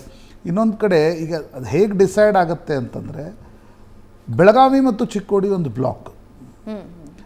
ಸೊ ಒಂದು ವೇಳೆ ಚಿಕ್ಕೋಡಿಯಲ್ಲಿ ಈಗ ರಮೇಶ್ ಕತ್ತಿಯವರನ್ನು ಕರ್ಕೊಂಡು ಬಂದು ಟಿಕೆಟ್ ನೀಡೋದಾದರೆ, ಬೆಳಗಾವಿಯಲ್ಲಿ ನಾನ್ ಲಿಂಗಾಯತ್ಗೆ ಕೊಡುವ ಒಂದು ನಿರ್ಧಾರಕ್ಕೂ ಕೂಡ ಕಾಂಗ್ರೆಸ್ ಬರಬೇಕಾಗತ್ತೆ. ಯಾಕಂದರೆ ಅದು ಕಾಂಬಿನೇಷನಲ್ಲಿ ವರ್ಕ್ ಆಗುತ್ತೆ. ಇಲ್ಲ ಚಿಕ್ಕೋಡಿಯಲ್ಲಿ ಬೇರೆ ಸಮುದಾಯಗಳಿಗೆ ಟಿಕೆಟ್ ಕೊಟ್ಟು ಇಲ್ಲಿ ಲಿಂಗಾಯತರಿಗೆ ಕೊಡೋದಾದರೆ ಯಾರಿಗೆ ಟಿಕೆಟ್ ದೊರಕುತ್ತೆ ಅಂತಕ್ಕಂಥದ್ರ ಮೇಲೆ ಲಕ್ಷ್ಮೀ ಹೆಬ್ಬಾಳ್ಕರ್ ಪುತ್ರನಿಗೆ ದೊರಕುತ್ತೋ, ಸತೀಶ್ ಜಾರಕಿಹೊಳಿ ಮಗಳಿಗೆ ಟಿಕೆಟ್ ದೊರಕುತ್ತೋ ಅಂತಕ್ಕಂಥದ್ದು ನಿರ್ಧಾರ ಆಗುತ್ತೆ. ಈಗಾಗಲೇ ರಮೇಶ್ ಕತ್ತಿಯವರನ್ನು ಸೆಳೀತಕ್ಕಂಥ ಪ್ರಯತ್ನ ಚಿಕ್ಕೋಡಿಯಲ್ಲಿ ನಡೀತಾ ಇದೆ. ರಮೇಶ್ ಕತ್ತಿ ಬಂದು ಅಲ್ಲಿ ಕಾಂಗ್ರೆಸ್ನಿಂದ ಸ್ಪರ್ಧಿಸಲಿ ಅಂತಕ್ಕಂಥದ್ದು ಲಕ್ಷ್ಮಣ್ ಸವದಿ ಮತ್ತು ರಾಜು ಕಾಗೆ ಮನಸ್ಸಿನಲ್ಲಿದೆ. ಆಗ ಇಲ್ಲಿ ಸತೀಶ್ ಜಾರಕಿಹೊಳಿ ಪುತ್ರಿ ನಿಂತರೆ ಅಷ್ಟರ ಮಟ್ಟಿಗೆ ಇಬ್ಬರೂ ಚಿಕ್ಕಪ್ಪಂದ್ರೇನಿದ್ದಾರೆ ರಮೇಶ್ ಜಾರಕಿಹೊಳಿ ಮತ್ತು ಬಾಲಚಂದ್ರ ಜಾರಕಿಹೊಳಿ ಅವರನ್ನು ನ್ಯೂಟ್ರಲೈಸ್ ಮಾಡ್ಬೋದು ಅಂತಕ್ಕಂಥದ್ದು ಕೂಡ ಸತೀಶ್ ಜಾರಕಿಹೊಳಿ ಲೆಕ್ಕಾಚಾರ. ಸಹಜವಾಗಿ ಕುಟುಂಬದಲ್ಲಿ ಯಾರಾದರೂ ನೆಕ್ಸ್ಟ್ ಜನ್ರೇಷನ್ನವ್ರು ನಿಂತರೆ ಚಿಕ್ಕಪ್ಪ ದೊಡ್ಡಪ್ಪಂದರು ವಿರೋಧ ಮಾಡುವ ಗೊಡವೆಗಂತರೂ ಹೋಗೋಲ್ಲ. ಲಕ್ಷ್ಮೀ ಹೆಬ್ಬಾಳ್ಕರ್ ಮಗ ನಿಂತರೆ ನಿಶ್ಚಿತವಾಗಿ ರಮೇಶ್ ಜಾರಕಿಹೊಳಿ, ಬಾಲಚಂದ್ರ ಜಾರಕಿಹೊಳಿ ಮತ್ತು ಆಂತರಿಕವಾಗಿ ಸತೀಶ್ ಜಾರಕಿಹೊಳಿ ಕೂಡ ಎಷ್ಟು ವಿರೋಧ ಮಾಡಬಹುದು ಅಂತಕ್ಕಂಥದ್ದು ಕೂಡ ಒಂದು ಲೆಕ್ಕಾಚಾರ. ಈಗ ನಾನಾ ರೀತಿಯ ಲೆಕ್ಕಾಚಾರಗಳಿವೆ. ಪ್ರಕಾಶ್ ಹುಕ್ಕೇರಿ ಬಂದು ನಾನು ಬೆಳಗಾವದಲ್ಲಿ ಟಿಕೆಟ್ ಕೊಡು, ನನಗೆ ಚಿಕ್ಕೋಡಿಯಲ್ಲಿ ಕೊಡಲಿಕ್ಕೆ ಆಗಲಿಲ್ಲ ಅಂದರೆ ಬೆಳಗಾವದಲ್ಲಿ ಟಿಕೆಟ್ ಕೊಡಿ ಅಂತಕ್ಕಂಥದ್ದನ್ನು ಕೇಳ್ತಾ ಇದ್ದಾರೆ. ಬೆಳಗಾವಿನ ಪಾಲಿಟಿಕ್ಸೇ ಒಂದು ವಿಚಿತ್ರ. ಅಲ್ಲಿ ಪೈಪೋಟಿ, ಕೋಆಪರೇಟಿವ್ ಸೊಸೈಟಿ, ಸಕ್ಕರೆ ಕಾರ್ಖಾನೆ ಇವೆಲ್ಲವೂ ಕೂಡ ಅಲ್ಲಿ ಪರಿಣಾಮವನ್ನು ಬೀರ್ತದೆ. ಇದಕ್ಕಿಂತ ಹೆಚ್ಚು ಚಿಕ್ಕೋಡಿಯಲ್ಲಿ ಬೀಳುತ್ತೆ. ಬೆಳಗಾವಿ ಪಾಲಿಟಿಕ್ಸ್ ಮೇಲೂ ಕೂಡ ಅದರ ಪರಿಣಾಮ ಇದೆ. ಹೀಗಾಗಿ ಒಂದು ಕಡೆ ಲಕ್ಷ್ಮೀ ಹೆಬ್ಬಾಳ್ಕರ್ ತನ್ನ ಈಗಾಗಲೇ ತನ್ನ ತಮ್ಮ ಚನ್ನರಾಜ್ ಹಟ್ಟಿಹೊಳಿಯವರನ್ನು ವಿಧಾನ ಪರಿಷತ್ ಸದಸ್ಯರನ್ನಾಗಿ ಮಾಡಲಿಕ್ಕೆ ಲಕ್ಷ್ಮೀ ಹೆಬ್ಬಾಳ್ಕರ್ ಯಶಸ್ವಿಯಾಗಿದ್ದಾರೆ. ಇನ್ನೊಂದು ಕಡೆ ಮಗನನ್ನೂ ಕೂಡ ಲೋಕಸಭೆಗೆ ತರ್ತಾರ. ಜೊತೆಗೆ ಇಂಪಾರ್ಟೆಂಟ್ ಇರ್ತಕ್ಕಂಥದ್ದು, ಮಕ್ಕಳಿಗೆ ಟಿಕೆಟ್ ಕೊಡುವ ನಿರ್ಧಾರವನ್ನು ಕಾಂಗ್ರೆಸ್ ಹೈಕಮಾಂಡ್ ತೆಗೆದುಕೊಳ್ಳುತ್ತಾ? ನಿರ್ಧಾರಕ್ಕೆ ಬರುತ್ತಾ? ಅಂದರೆ ನೀವು ಸಚಿವರಾಗಿದ್ದೀರಿ, ನಿಮ್ಮ ಮಕ್ಕಳಿಗೆ ಟಿಕೆಟ್ ಕೊಡಬೇಕು ಅಂತಕ್ಕಂಥದ್ದು ಬಂದಾಗ ಅದು ಒಂದು ಕ್ಷೇತ್ರಕ್ಕೆ ನಿಲ್ಲಲ್ಲ. ಬೇರೆ ಬೇರೆ ಕ್ಷೇತ್ರಗಳಲ್ಲಿ ಈಗ ಅರವಿಂದ್ ದೇಶಪಾಂಡೆ ತನ್ನ ಪುತ್ರನಿಗೆ ಟಿಕೆಟ್ ಕೇಳ್ತಾ ಇದ್ದಾರೆ. ಇನ್ನೊಂದು ಕಡೆ ಶಿವರಾಮ್ ಹೆಬ್ಬಾರ್ ಕಾಂಗ್ರೆಸ್ಸಿಗೆ ಬರ್ತೀನಿ ಅಂತಿದ್ದಾರೆ. ಯಾಕೆ ಬರ್ತೀನಿ ಅಂತಿದ್ದಾರೆ? ಮಗನಿಗೆ ಟಿಕೆಟ್ ಕೊಡದೇ ಇದ್ದರೆ ನಾನು ಕೊಡಿ ಅಂತಕ್ಕಂಥದ್ದು. ಹೀಗಾಗಿ ನಾನಾ ರೀತಿಯಾಗಿರ್ತಕ್ಕಂಥ ಪರ್ಮ್ಯುಟೇಷನ್ಸ್, ಕಾಂಬಿನೇಷನ್ಸ್ ಇವೆ. ಅಂತಿಮವಾಗಿ ಕಾಂಗ್ರೆಸ್ ನಿರ್ಧಾರವನ್ನು ತೆಗೆದುಕೊಳ್ಬೇಕಾಗತ್ತೆ. ಮಕ್ಕಳಿಗೆ ಟಿಕೆಟ್ ಕೊಡೋದಾದರೆ ಲಕ್ಷ್ಮೀ ಹೆಬ್ಬಾಳ್ಕರ್ ಕೊಡಬೇಕು, ಸತೀಶ್ ಜಾರಕಿಹೊಳಿ ಕೊಡಬೇಕು, ಲಿಂಗಾಯತಕ್ಕೆ ಕೊಡಬೇಕು, ನಾನ್ ಲಿಂಗಾಯತಕ್ಕೆ ಕೊಡಬೇಕು, ಇವೆಲ್ಲವೂ ಕೂಡ ನಿರ್ಧಾರ ಆಗಬೇಕಾಗತ್ತೆ. ತದನಂತರ ಯಾರಿಗೆ ಟಿಕೆಟ್ ಅನ್ನೋದು ಸ್ಪಷ್ಟ ಆಗುತ್ತೆ. ರೈಟ್. ಚಂದ್ರನ ಅಂಗಳದಲ್ಲಿ ಅತಿ ದೊಡ್ಡ ಬ್ರೇಕಿಂಗ್ ನ್ಯೂಸ್. ಹೊಸ ಸಂಶೋಧನೆ ಮಾಡ್ತಾ ಇದೆ ಪ್ರಜ್ಞಾನ್ ರೋವರ್. ಭೂಮಿಗೆ ಕಳಿಸಿದ ಹೊಸ ರಿಪೋರ್ಟ್ನಲ್ಲಿ ಏನೇನಿದೆ ಗೊತ್ತಾ? ಚಂದ್ರನ ಅಂಗಳದಲ್ಲಿ ಇದೆಯಂತೆ ಹಲವು ಖನಿಜಗಳು, ಪ್ರಮುಖವಾಗಿ ಗಂಧಕದ ಧಾತು ಸಿಕ್ಕಿದೆ. ರೋವರ್ನ ಹೊಸ ಅನ್ವೇಷಣೆಯಲ್ಲಿ ಗಂಧಕ ಪತ್ತೆಯಾಗಿದೆ. ಗಂಧಕ ಸಿಕ್ಕಿದ್ದರ ಬಗ್ಗೆ ವಿಜ್ಞಾನಿಗಳಿಗೂ ಅಚ್ಚರಿಯಾಗಿದೆ. ಹೈಡ್ರೋಜನ್ ಇರುವ ಬಗ್ಗೆ ಮುಂದುವರೆದಿದೆ ಶೋಧನಾ ಕಾರ್ಯ. ಚಂದ್ರನ ದಕ್ಷಿಣ ಧ್ರುವದಿಂದ ಬರುತ್ತಾ ಇನ್ನಷ್ಟು ಹೊಸ ವಿಷಯಗಳು. ಕೇವಲ ಗಂಧಕ ಮಾತ್ರ ಅಲ್ಲ, ಇನ್ನು ಯಾವೆಲ್ಲ ಖನಿಜಗಳು ಸಿಕ್ಕಿವೆ ಅನ್ನೋದನ್ನ ನಮ್ಮ ಸ್ಕ್ರೀನ್ನಲ್ಲಿ ನೀವು ನೋಡ್ತಾ ಇದ್ದೀರಾ. ಪ್ರಶಾಂತ್, ಆಮ್ಲಜನಕವೂ ಸಿಕ್ಕಿದೆ ಅನ್ನೋದನ್ನ ರೋವರ್ ಹೇಳ್ತಾ ಇದೆ. ನಂಗೆ ಹಂಗಂದಿದ ತಕ್ಷಣ ಅನ್ನಿಸ್ತಾ ಇತ್ತು, ಇನ್ನು ಚಂದ್ರನ ಮೇಲೆ ಹೋಗಿ ಮನೆ ಮಾಡೋದು ತುಂಬ ದಿನ ಉಳಿದಿಲ್ವೇನೋ ಅಂತ. ಭಾವನಾ, ಚಂದ್ರಯಾನ ಫಸ್ಟ್ ಮಿಷನ್ ಯಾವಾಗ ಮಾಡಲಾಗಿತ್ತು, ಆಗ ಆ ಚಂದ್ರಯಾನ ಮೊದಲನೇ ಮಿಷನ್ ಅದು ಆರ್ಬಿಟರ್ನಲ್ಲೇ ಓಡಾಡೋದು. ಅದು ಹೇಳಿತ್ತು, ಇಲ್ಲ ಚಂದ್ರನ ದಕ್ಷಿಣ ಧ್ರುವದಲ್ಲಿ ಹೈಡ್ರೋಜನ್ ಇದೆ, ದೊಡ್ಡ ಪ್ರಮಾಣದಲ್ಲಿ ನೀರಿನ ಅಂಶಗಳಿವೆ ಅಂತಕ್ಕಂಥದ್ದನ್ನು ಅದು ಪತ್ತೆ ಮಾಡಿ ಹೇಳಿತ್ತು. ಪ್ರಮುಖವಾಗಿ ಅದಕ್ಕೆ ಕಾರಣ, ಇಲ್ಲ -250 ಡಿಗ್ರಿ ಸೆಲ್ಸಿಯಸ್ನಲ್ಲಿ ದೊಡ್ಡ ಪ್ರಮಾಣದಲ್ಲಿ ಐಸ್ ಅಲ್ಲಿ ಇದೆ, ಆ ಕಾರಣದಿಂದ ಅದು ನೀರಿನ ಅಂಶ ಅಲ್ಲಿದೆ ಅಂತಕ್ಕಂಥದ್ದು, ಮತ್ತು ಇದು ಲಕ್ಷಾಂತರ ವರ್ಷ ಹಳೆಯದು ಅಂತಕ್ಕಂಥದ್ದು ರೀತಿಯಲ್ಲಿ ಹೇಳಿತ್ತು. ಹಾಗಾಗಿ ನೀರಿನ ಅಂಶದ ಪತ್ತೆಯ ಬಗ್ಗೆಯೇ ದಕ್ಷಿಣ ಧ್ರುವದಲ್ಲಿ ಚಂದ್ರಯಾನ 3 ಇಳಿಸ್ತಕ್ಕಂಥ ಒಂದು ತೀರ್ಮಾನವನ್ನು ಇಸ್ರೋ ತೆಗೆದುಕೊಂಡಿತ್ತು. ಈಗ ಚಂದ್ರಯಾನ 3 ಇಳಿದ ನಂತರ ರೋವರ್ ನಿಧಾನವಾಗಿ, ಈಗ ಲೇಸರ್ ಇಂಡ್ಯೂಸ್ಡ್ ಏನೊಂದು ಟೆಕ್ನಾಲಜಿ ಇದೆ, ಆ ಟೆಕ್ನಾಲಜಿ ಮೂಲಕ ಸಣ್ಣ ಕಲ್ಲು ಅದೇನು ಸಿಗುತ್ತೆ ಅದನ್ನು ಸುಟ್ಟು ಯಾವ್ಯಾವ ಖನಿಜಗಳಿವೆ, ಯಾವ್ಯಾವ ಧಾತುಗಳಿವೆ ಅಂತಕ್ಕಂಥದ್ದರ ಪರೀಕ್ಷೆಯನ್ನು ನಡೆಸಲಾಗ್ತಾ ಇದೆ. ಹೀಗಾಗಿ ಆ ಪರೀಕ್ಷೆಯಲ್ಲಿ ಕಂಡು ಬಂದಿರತಕ್ಕಂಥದ್ದು ಆಕ್ಸಿಜನ್ ಇದೆ ಮೂಲತಃ, ಬಟ್ ಹೈಡ್ರೋಜನ್ ಬಗ್ಗೆ ಇನ್ನೂ ಕೂಡ ಸಂಶೋಧನೆ ನಡೀತಾ ಇದೆ. ಆಕ್ಸಿಜನ್ ಇದೆ, ಗಂಧಕ ಇದೆ, ಸಲ್ಫರ್ ಇದೆ, aluminium, calcium, iron, chromium, titanium and ಮ್ಯಾಂಗನೀಸ್ಗಳು ಈ ಒಂದು ರೋವರ್ನ ಸಂಶೋಧನೆಯಿಂದ ಪತ್ತೆಯಾಗಿವೆ. ಬಟ್ ಹೈಡ್ರೋಜನ್ನ ಬಗ್ಗೆ ಸಂಶೋಧನೆ ನಡೀತಾ ಇದೆ. ನೀರಿನ ಅಂಶ ಎಷ್ಟು ಪ್ರಮಾಣದಲ್ಲಿ ಅಲ್ಲಿ ಇರಬಹುದು ಅಂತಕ್ಕಂಥದ್ರ ಬಗ್ಗೆ. ಆಗ ನಿಮಗೆ ನೀವೇನು ಹೇಳ್ತಾ ಇದ್ರಿ, ಚಂದ್ರನಲ್ಲಿ ಇಳಿಕೆ ಸಾಧ್ಯ ಆಗತ್ತಾ? ಅಟ್ಮಾಸ್ಫಿಯರ್ ಇಲ್ಲ, ಅಲ್ಲಿ ಗಾಳಿ ಇಲ್ಲ. ನೀವು ಭೂಮಿಯ ಮೇಲೂ ಕೂಡ ಎಷ್ಟೋ ಸಾವಿರ ಕೋಟಿ ವರ್ಷಗಳ ಹಿಂದೆ ಇಲ್ಲಿ ಅಟ್ಮಾಸ್ಫಿಯರ್ ಇರಲಿಲ್ಲ. ತದನಂತರ ಹಂತವಾಗಿ ಅಟ್ಮಾಸ್ಫಿಯರ್ ಕ್ರಿಯೇಟ್ ಆದಾಗ ಇಲ್ಲಿ ನಿಮಗೆ ಜೀವಕಣಗಳ ಉತ್ಪತ್ತಿ ಆಗುತ್ತೆ. ಚಂದ್ರನಲ್ಲಿ ಇವತ್ತಿಲ್ಲ, ಆದರೆ ಮುಂದಿನ ದಿನಗಳಲ್ಲಿ ಮಾನವ ಪ್ರಯತ್ನದಿಂದ ಅದು ಸಾಧ್ಯ ಆಗತ್ತಾ? ಅಥವಾ ಇನ್ನೂ ಎಷ್ಟೋ ಸಾವಿರ ವರ್ಷಗಳ ನಂತರ ಸಾಧ್ಯ ಆಗುತ್ತಾ? Right. We don't know. Right. ಆದರೆ ಇವತ್ತು ಆಕ್ಸಿಜನ್ ಪತ್ತೆ ಆಗಿದೆ ಅಂದಾಕ್ಷಣ ನಾಳೆ ಚಂದ್ರನ ಮೇಲೆ ಹೋಗ್ಬಿಡ್ತೀವಿ ಅಂತಕ್ಕಂಥದ್ದು ಇರಲ್ಲ. 1000-2000 ವರ್ಷಗಳ ಈ ಸಂಶೋಧನೆ 1000-2000 ವರ್ಷಗಳ ನಂತರ ಏನಾಗಬಹುದು ಅಥವಾ ಎಷ್ಟೋ ಸಾವಿರ ಕೋಟಿ ವರ್ಷಗಳ ಹಿಂದೆ ಏನಾಗಿದೆ ಅಂತಕ್ಕಂಥದ್ದನ್ನು ತಿಳಿದುಕೊಳ್ಳಿಕ್ಕೂ ಕೂಡ ಲಾಭ ಆಗುತ್ತೆ. ರೈಟ್. ಮೂಲತಃ ವಿಜ್ಞಾನಿಗಳದ್ದಿರ್ತಕ್ಕಂಥದ್ದು ಭೂಮಿ ಮತ್ತು ತಿಯಾ ಒಂದು ಏನು ನಡುವೆ ಘರ್ಷಣೆ ನಡೀತು, ಅದರಿಂದ ಚಂದ್ರ ನಮ್ಮ ನ್ಯಾಚುರಲ್ ಸೆಟಲೈಟ್ ಅಂತಕ್ಕಂಥದ್ದನ್ನು ಹೇಳಲಾಗುತ್ತೆ. ಆ ವರ್ಷಗಳ ಹಿಂದೆ ಏನು ನಡೀತು ರೈಟ್, ಅದರ ಒಂದು ಸಂಶೋಧನೆ ಇಲ್ಲಿ ನಡೀತಾ ಇದೆ. ಎಸ್ ಮುಂದಿನ ದಿನಗಳಲ್ಲಿ ಇನ್ನು ಏನೆಲ್ಲ ವಿಷಯಗಳು ರೋವರ್ ನಮಗೆ ತಿಳಿಸ್ಕೊಡುತ್ತೆ ಅನ್ನೋದು ಸದ್ಯದ ಕುತೂಹಲವಾಗಿದೆ. ಇದೇ ಕುತೂಹಲದೊಂದಿಗೆ ಇವತ್ತಿನ ನ್ಯೂಸ್ ಅವರ್ ಮುಗಿಸೋಣ. ಪ್ರಶಾಂತ್, ಪಾಸಿಟಿವ್ ಅಂಶ R&D ಬಗ್ಗೆ, ಸಂಶೋಧನೆ ಬಗ್ಗೆ ನಾವು ಮೇನ್ ಸ್ಟ್ರೀಮ್ ಮೀಡಿಯಾದಲ್ಲಿ ಮತ್ತು ಜನಸಾಮಾನ್ಯರಲ್ಲಿ ಮಾತಾಡುವಂಗಾಗಿದೆ. ಅದು ಚಂದ್ರಯಾನ 3ರ ದೊಡ್ಡ ಯಶಸ್ಸು. ಎಸ್, ಧನ್ಯವಾದ ಪ್ರಶಾಂತ್ ಚರ್ಚೆಯಲ್ಲಿ ಭಾಗಿಯಾಗಿದ್ದಕ್ಕೆ. ಸೊ ವೀಕ್ಷಕರೇ, ಇದು ಇವತ್ತಿನ ನ್ಯೂಸ್ ಅವರ್ ಮಾರ್ನಿಂಗ್ ಎಡಿಷನ್. ನೇರ, ದಿಟ್ಟ, ನಿರಂತರ ಸುದ್ದಿಗಾಗಿ ನೋಡ್ತಾ ಇರಿ ಏಷ್ಯಾನೆಟ್ ಸುವರ್ಣ ನ್ಯೂಸ್.